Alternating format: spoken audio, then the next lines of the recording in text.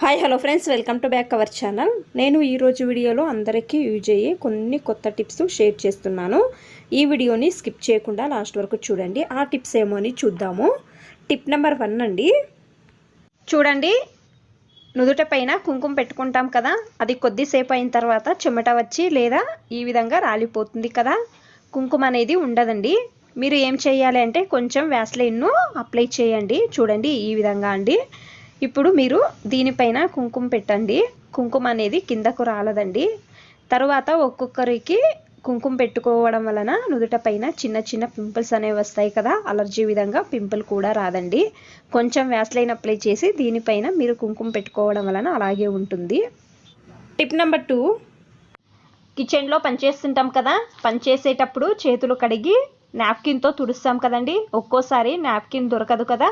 మీరు ఏం చేయాలి అంటే ఒకటి పాతది గాజు పైన ఫోల్డ్ చేసి చూడండి ఈ విధంగా అండి, నాప్కిన్కు గాజు వేస్తే ఒకటి సేఫ్టీ పిన్ వేయండి. ఇది ఎక్కడైనా హ్యాంగ్ చేయవచ్చండి, మనకు అక్కడ ఉంటుందండి. తర్వాత మనము తుడుచుకోవచ్చండి. ఈ విధంగా నీట్గా నాప్కిన్ వేసి హ్యాంగ్ చేయండి.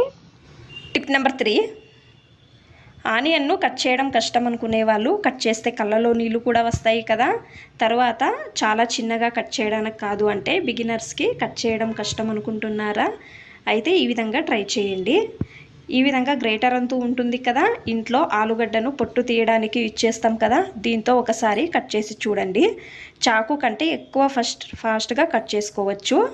తర్వాత ఎక్కువ చిన్నగా కూడా కట్ చేసుకోవచ్చు. చూడండి చూపిస్తున్నాను, వీడియోలో ఎంత చిన్నగా వచ్చాయో కదా.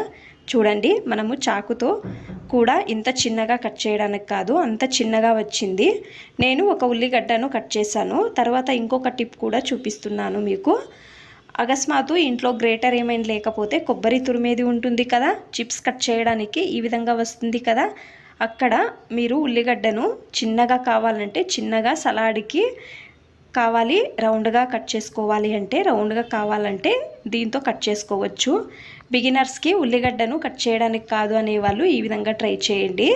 ఎక్కువగానే సులభంగా తొందరగా కట్ చేసుకోవచ్చు. చూడండి, చాలా బాగా హెల్ప్ అవుతుంది ఈ టిప్ అనేది.